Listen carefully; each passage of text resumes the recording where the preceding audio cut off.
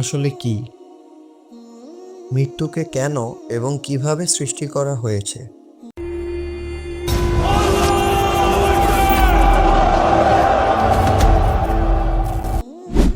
আসসালামু আলাইকুম রহমতুল্লাহ। সুপ্রিয় দর্শক, মানুষের জীবনের এক আদিম রহস্যের নাম হচ্ছে মৃত্যু। কারো কারো কাছে মৃত্যু আসলে একটি আতঙ্ক। তাই সৃষ্টির শুরু থেকে মানুষ বুঝতে চেয়েছে মৃত্যু আসলে কি, আল্লাহ তাআলা মৃত্যুকে কিভাবে সৃষ্টি করেছেন। সেই আদিকাল থেকে মানুষ এই মৃত্যুকে নিয়ে ভেবেছেন, কিন্তু এর কোনো উত্তর খুঁজে পেয়েছেন কি? আজ আমরা রহস্যপূর্ণ এ বিষয় নিয়ে আলোচনা করব ইনশাআল্লাহ। মৃত্যু আসলে কি? সুপ্রিয় দর্শক, মৃত্যু হলো জীবনের অবসান। জীবনের চিরসত্যের নাম হচ্ছে মৃত্যু।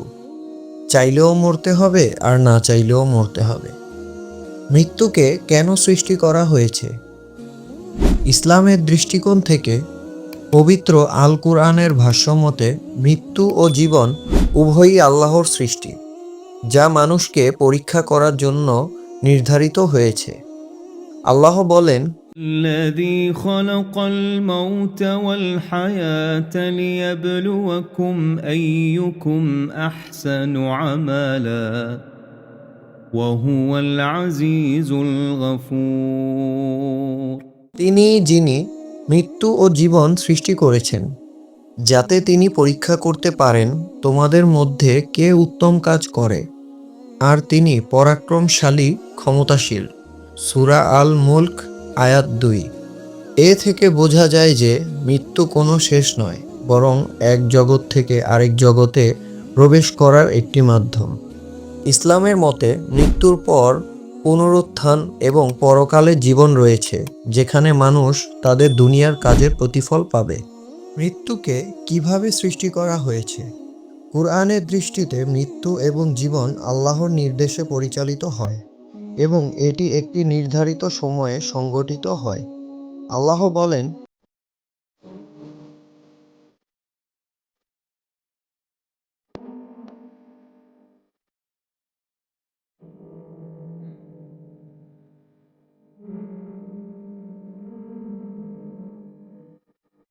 প্রত্যেক প্রাণী মৃত্যুর স্বাদ গ্রহণ করবে এবং কিয়ামতের দিন তোমাদের প্রতিফল পূর্ণরূপে দেয়া হবে।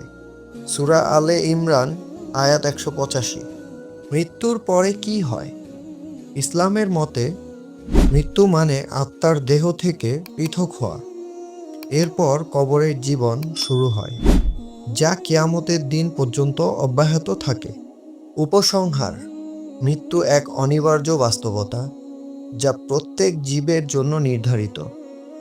ইসলাম মৃত্যুকে নতুন জীবনের শুরু হিসেবে দেখে, যেখানে মানুষ তার কর্মফল ভোগ করবে।